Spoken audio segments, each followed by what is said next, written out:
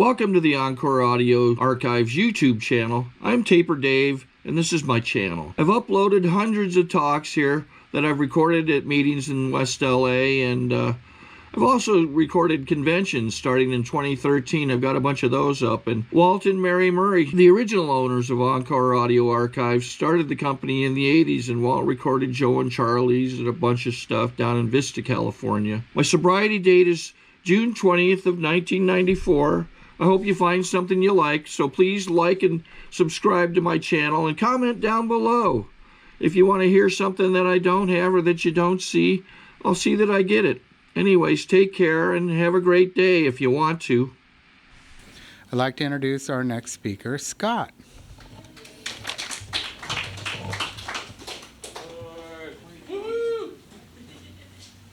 I'm Scott Kunitz. I'm an alcoholic. And thank you guys for having me out. Nice way to start the new year. I did not start a lot of my New Year's this way. I am coming up on January 15th. I will be 7 years sober. I did not walk into the room as Alcoholics Anonymous as an alcoholic. I was really tired, and you know, Doug, who's sitting up here, was at my first. I sat next to him at my first meeting, Alcoholics Anonymous, and there's a couple other people who have seen me here since I was new, so I have to be real honest. But I'm going to try to tell you a little bit of what I was like, a little bit what happened to me, and what I'm like today. You know what? I didn't start drinking because I had a horrible childhood. I'm sorry. I started drinking because a lot of people were doing it, and it's what the friends were doing, and I started drinking, and I liked it. Not really the taste at first, but I liked how it felt. I could be in a room like this with, 15, 20 people, and all of a sudden you guys were all my best friends. And I remember sitting around fires and just thinking, I don't want this to end. This is the best. I didn't start drinking super early. I mean, there's stories that like at 5, at 3 years old or 2 years old, going grabbing the drinks off of tables.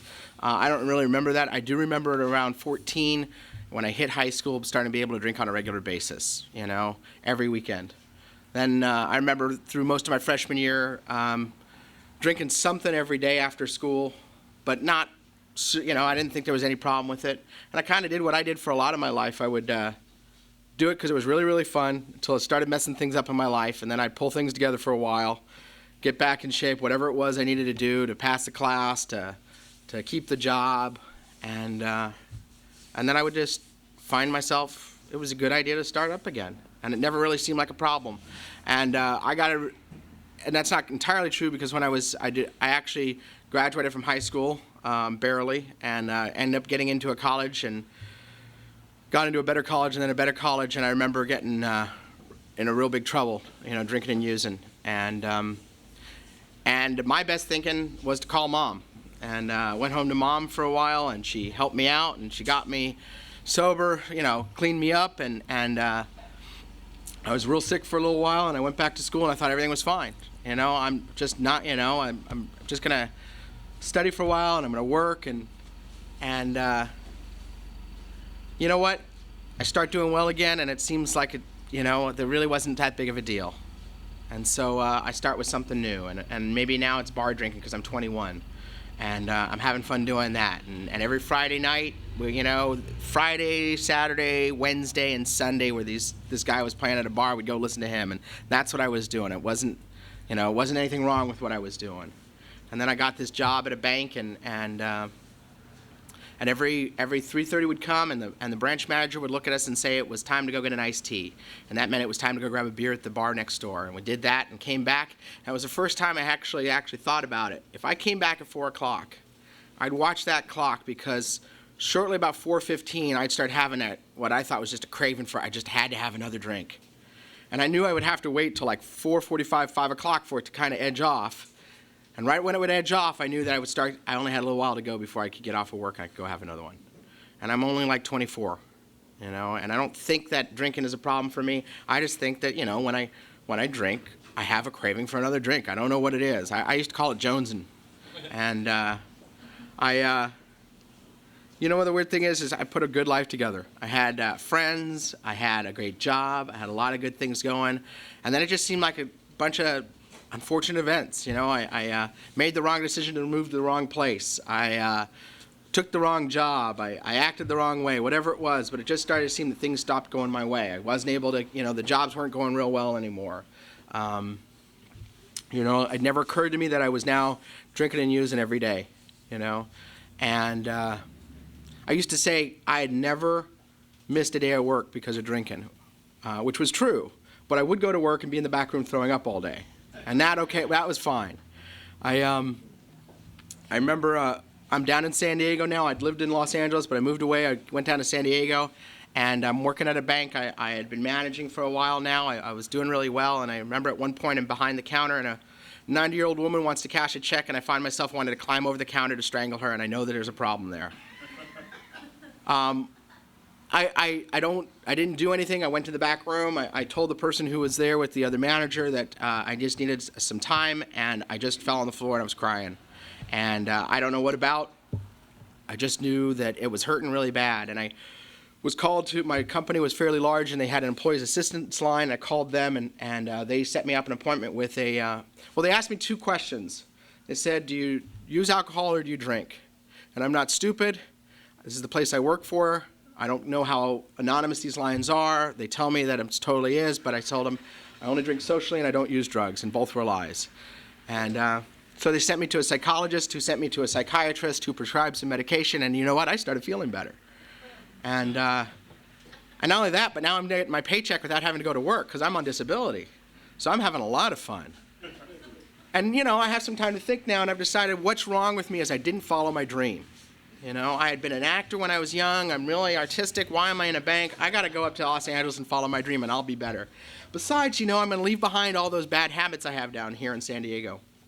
So I pack up everything I have, and I move up to Los Angeles, and I stay with my brother for the first few weeks. He has an apartment up here. He's doing well, and he says, I'm going to go down to San Diego for a visit. Well, he goes down for one weekend. Now, I've been good. It's been a whole week, you know. And he leaves for a weekend, and a friend calls me in Los Angeles, an old friend I knew from another area, and she says, we're having a go-away party. Why don't you come on down? And I go to this bar, and I'm there at the bar 5 minutes, and it's off. I'm off. And I started the process all over again. And I start drinking and using again, and I'm right where I left off, maybe farther along. And now it's a whole new place, and I don't have any responsibilities other than making sure that check can last long enough to go get everything I need and maybe pay rent and all that stuff.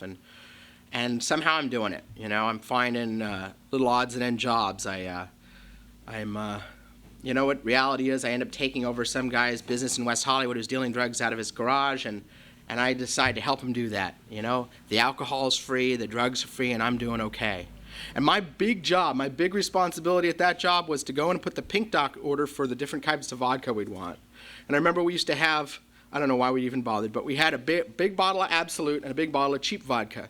And what he'd have me do in the morning, or as close to the morning as I could get, is I'd pour the Absolute into the cheap bottle, and the cheap bottle into the Absolute bottle, and that way we could offer everyone what they thought was Absolute, and they'd get the cheap vodka, and we'd drink the cheap stuff, and it was actually the good stuff. That was my job. That was it.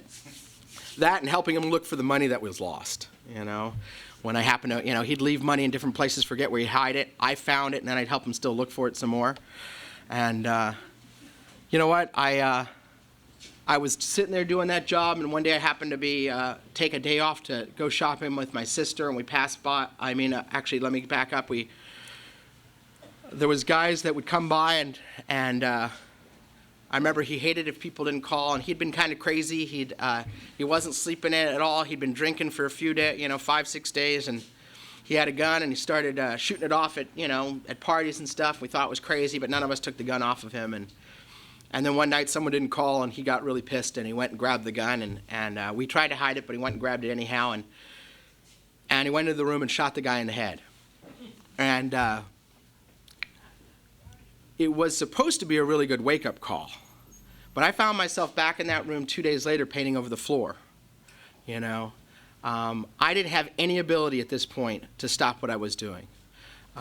It was a month later when the police picked him up. I saw the police cars out front. I happened to be in the neighborhood. I didn't go in. And then a word got out that they knew that there was 3 other people in the room when the shooting went on and that they wanted to interview us. And I figured it was a lot better for me if I went in, before they start looking for me. And I remember sitting in the little room and the detective asking me what I was doing there and telling him that, I didn't know. And he said, "Why did you go back?" And I said, I don't have any choice. And I remember saying that, and at that point I kind of knew there wasn't any choice for me anymore. I didn't have any choice of whether I was going to drink or not, or whether it just seemed like the only thing I could do anymore. I had tried to, day after day, I remember going to sleep, not going to sleep, I remember coming home just before I pass out going, tomorrow I'm not going to, or today I'm not going to. It's 9 o'clock in the morning, I'm going to go to sleep, and I'm going to wake up, and today I'm going to eat right. I'm going to just drink lots of water, and I'm going to be okay. And I'm going to, you know what, I've gotten sick before doing this, I can do it again. And I'd wake up at 3:30, and I'd have the last bottle of Coke that was in the refrigerator, and I'd, be looking, and there was nothing in there, and I'd head out to go get more, And I remember the last day I did that I could remember that argument going in my head, and I remember sitting there going, you said you weren't going to do this. And I remember hearing laughter, and it was me.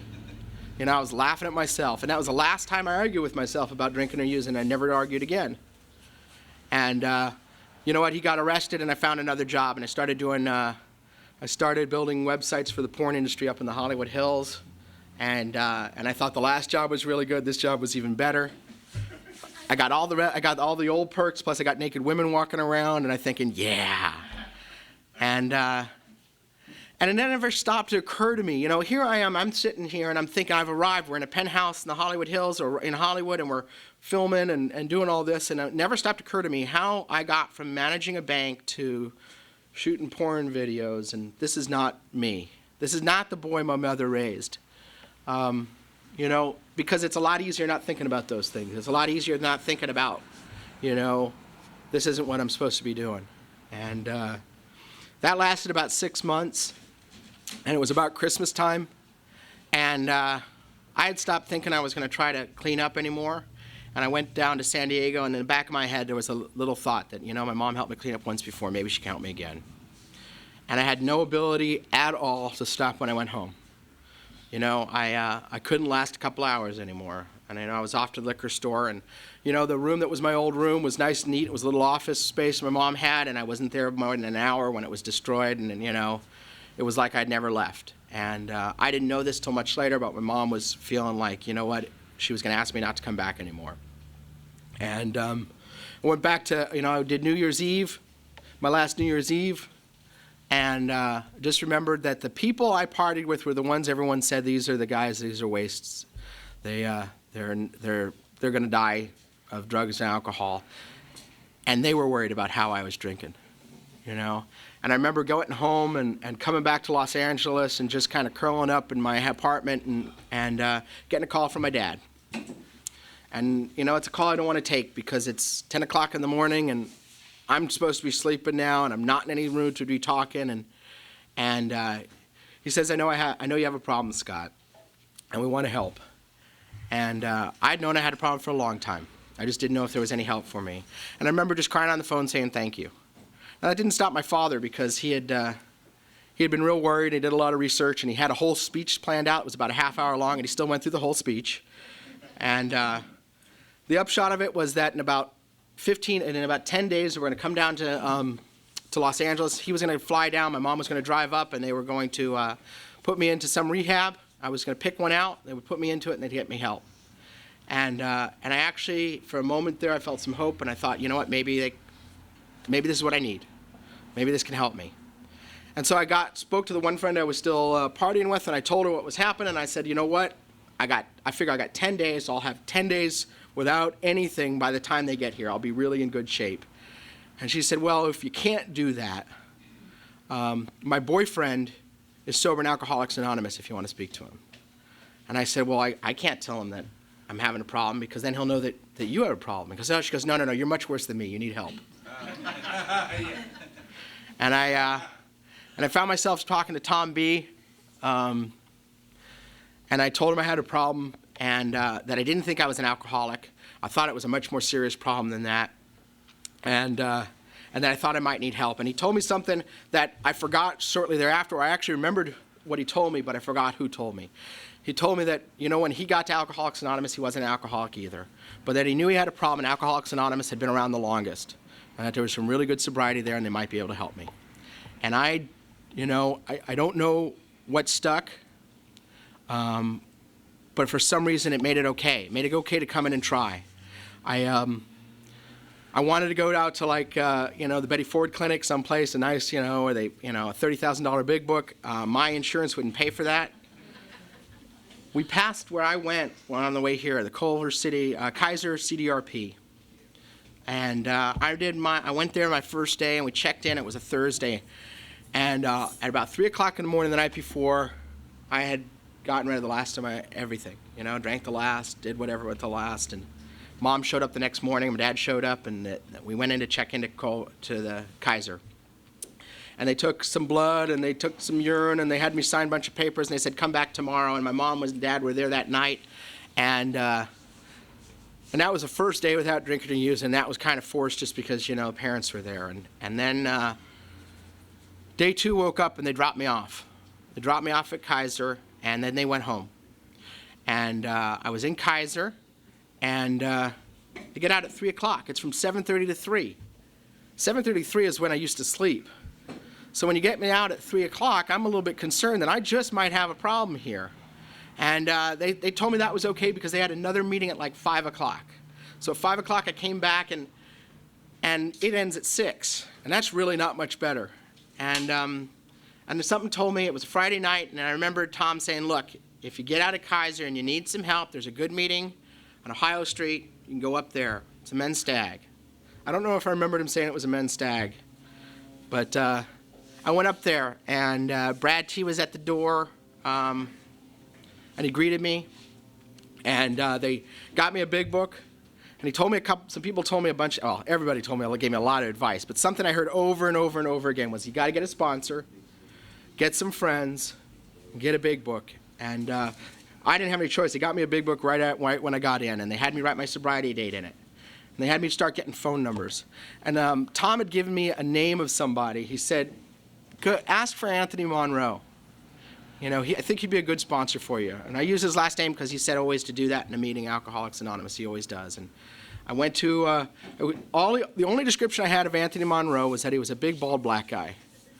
And so I walked in, and I started looking around, and I found this first guy, and I asked him if his name was Anthony, and I could have sworn he said yes. But he mumbled something, and I said, well, would you be my sponsor? He said, I don't know, I got to check with my sponsor. And he left, and I thought, wow, that's not a good sign. And he came back, he said, my sponsor says I'm not sober long enough, but, maybe you can help me. I said, well, is your name Anthony? He said, no, I'm Vernon. So as it was, I found Anthony shortly thereafter, and Anthony said, I'm not real big for committing, so I said, would you be my temporary sponsor? Seemed like it'd be a lot easier to do. That way, if I wanted to change my mind anywhere along the way, I sure could. And Anthony said yes. And Anthony said I had to go to the movies that night with everyone who was going to the movies. Sat down on my seat, and the meeting started, and Doug was on one side of me, and Larry G was on the other.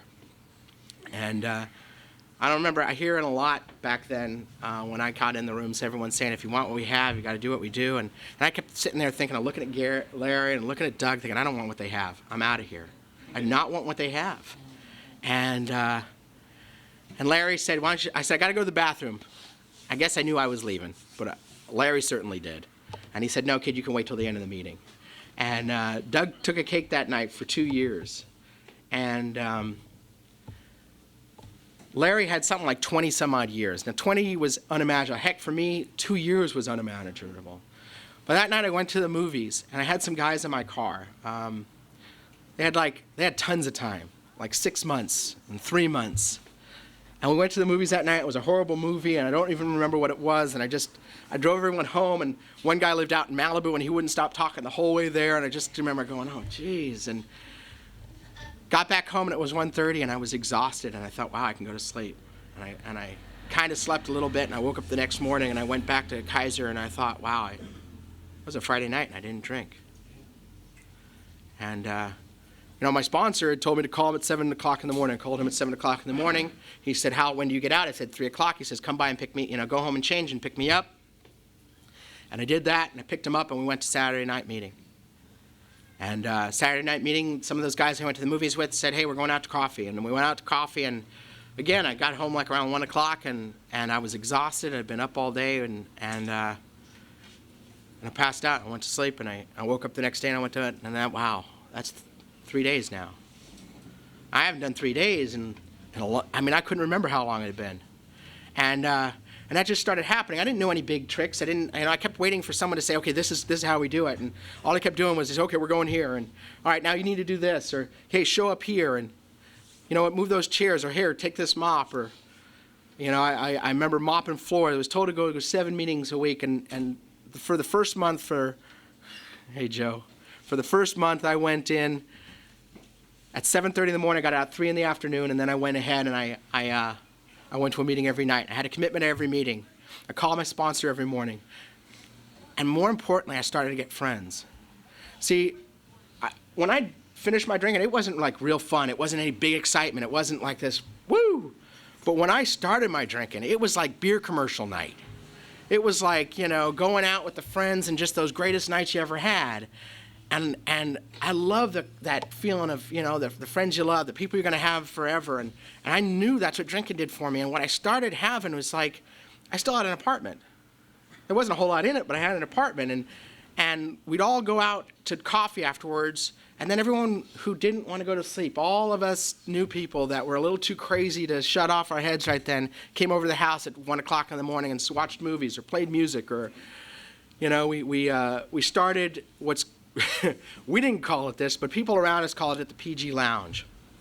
And, you know, we were all a bunch of sickos that went to Pacific Group, and we were all new together. And I mean, literally, I remember being up till 4 o'clock in the morning talking about sobriety.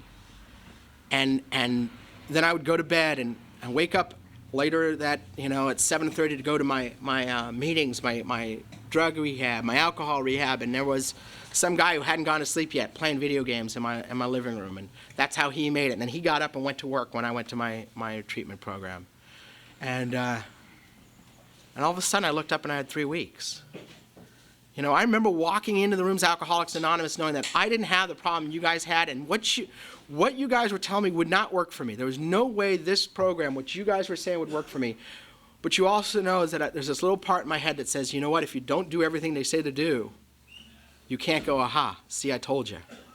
So I knew I was going to do everything you told me to do, and then when it didn't work, when I couldn't stay sober, I could go, see, I tried everything. See, guys, I'm sorry. Maybe it was that people-pleasing, I don't care. Whatever it was, it got me to do everything you were doing. For a while. For 5 months, it was just everywhere. And one of the things I had a little bit of trouble with, and I'm going to be completely honest, is this. I didn't see any reason why I had to stay away from the women. It was suggested of me, but I thought, you know what? I stayed away from the women the last 2 years I was out there. So, you know, really, I've done that already for more than a year. Sounds a little sick, but that was my perfect thinking. And I didn't see any reason. I guess I figured I saw the reason why you were saying no one else should do it, but it didn't seem to make any sense for me. And luckily, I was just sick enough that everyone wanted to stay away. And as I started to get a little bit better and was hopping along and seemed to be in this big crowd, and there was this, I looked up one day, I was about 5 months sober, and this beautiful woman with this Scottish accent was standing in the room, and I thought, that's mine. And we started talking, and somewhere along the talk, she said, haven't I met you before? And I thought, yeah. And it actually turned out we had met before. Years before, just before I started my downward spiral, making those bad decisions, she had come into my bank to get a loan. And I remember thinking, man, I wish I'd met her before I was moving. And we were just friends. We hung out, just friends, for about 2 months. I think it was 59 days exactly. And so I only had 3 months when we met, so it was just about 5 months, and we got together. And I remember being so excited on one hand and so terrified on the other, because I had just done the first thing that really in my mind it could tell me I wasn't supposed to do, that people had suggested I hadn't done. And so I called my sponsor. And I thought, you know, there's this part of me going, this is ridiculous. You're 31 years old and you're calling a man because you just kissed a woman. Why are you doing that? But you know what? I'd been trained. For 5 months, I called this man every morning, and I told him everything that was going on. I told him all the crazy stuff I was thinking, all the people I was pissed out, and how dare that guy took my mop. That's my job. Whatever it was, I called him. And so when this came up, and this little thought said, you know what, you were told you weren't supposed to date, maybe you should call him, and I called him up. And he didn't have an answer for me right away because he went and talked to his sponsor. He didn't have any experience with that. And it came back to me that we had some ground rules. And the ground rules that were set out for me is I couldn't miss a meeting. I could never be sitting, I'm going to give a quote. You can't be sitting naked in your bed eating pizza with her and decide that you'd rather not go to the meeting. And I never missed a meeting. And I was crazy. I'm going to speak for my half. You can hear her half in a moment, but I was nuts. You know what? At 5 months, I didn't realize this, but I stopped working on me. It stopped being enough that if she was okay, then I'm okay. If I can make her happy now, then I don't have to worry about what's going on with me. Now, I still went ahead and I did everything I was told to do, and I showed up for everything, and I worked those steps, and I did an inventory.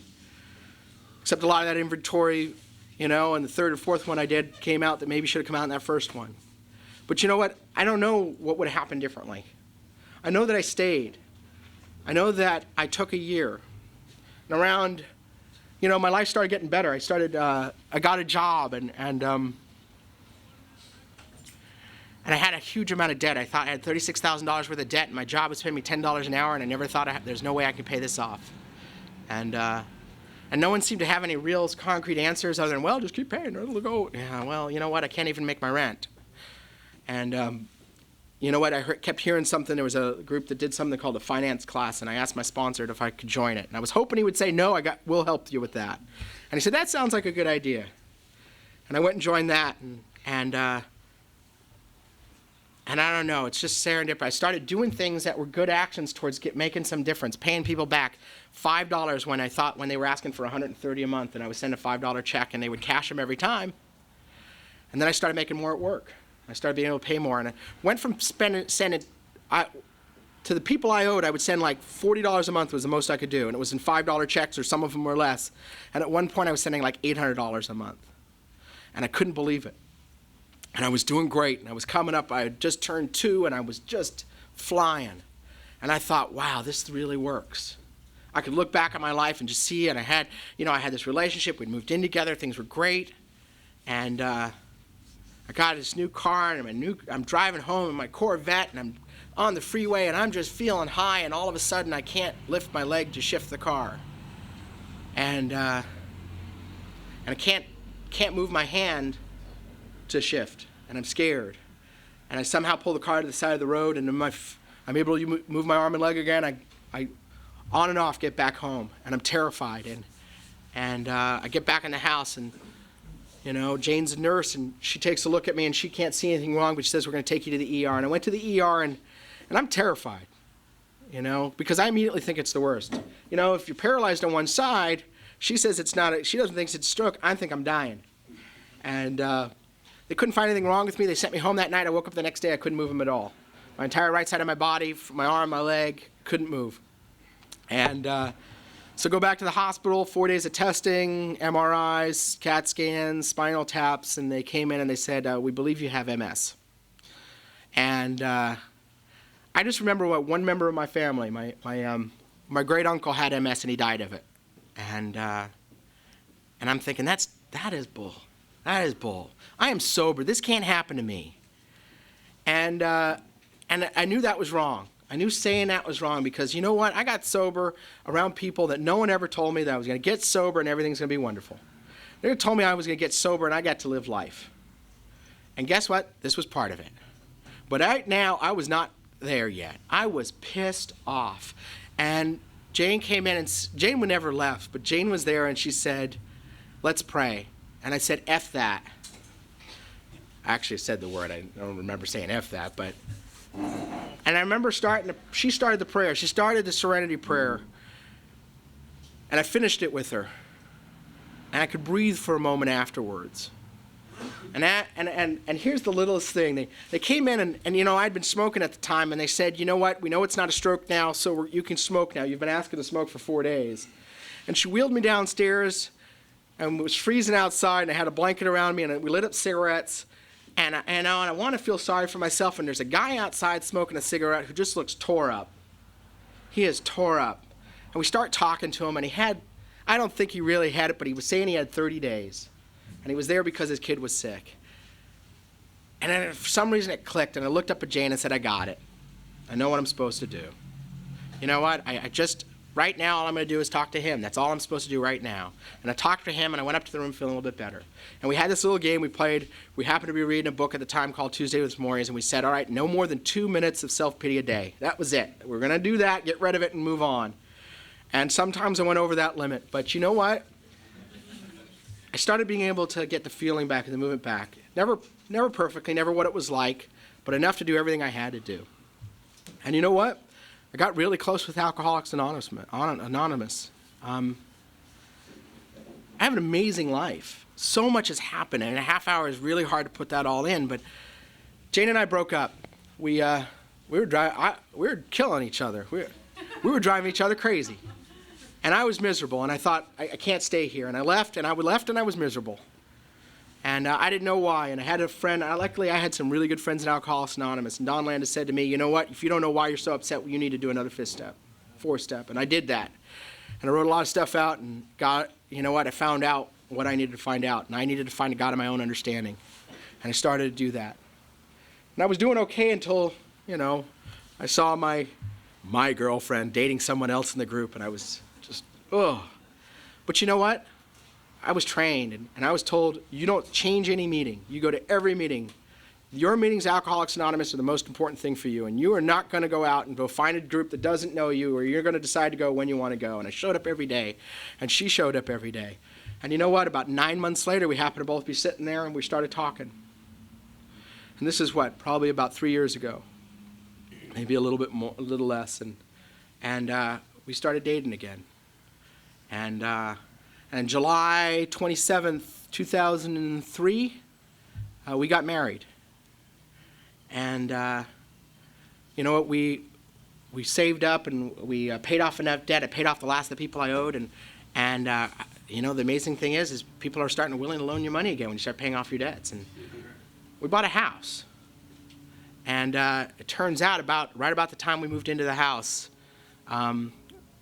a few weeks later, but it turns out that then my wife became pregnant. And we'd been, you know, she'd been really wanting to have one. We didn't think it was going to happen, you know, and we'd been talking about some other options, and it turns out we are going to have identical twins in May. Guys, the things I have in my life, the jobs or the houses and all that stuff, that comes and goes. But you know what? The relationships I have with the people around me, the friendships I have, the fact that I have people in the front row and back there that I've known for like 7 years, and I can call up and tell them what I need to tell them. And you know what? Even if we haven't spoken in a while, I know that there's that help for me and that I'm there for them. And people rely on me. And God, I can't tell you what that's like again. To have people rely on me. To have them know that you're going to show up and that I'm going to do what I said I'm going to do when I said I'm going to do it. I have an incredible life today, and it's from rooms like these in Alcoholics Anonymous. Thank you. All right.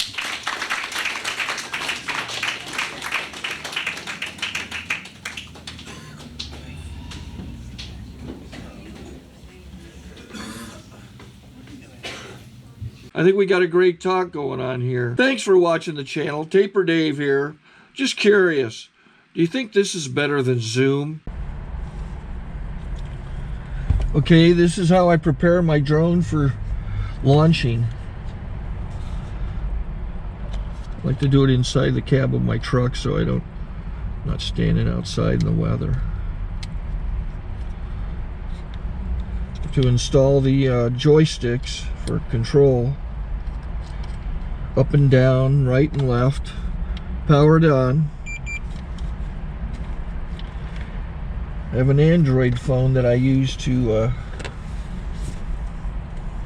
connect it to the drone with, and it's actually controlled through the iPhone, through an app. Oops, wrong way. It's actually controlled through the iPhone, or through this Android phone, through the app. It's actually controlled through the Android phone, through an app, and you connect it through this short connection right here.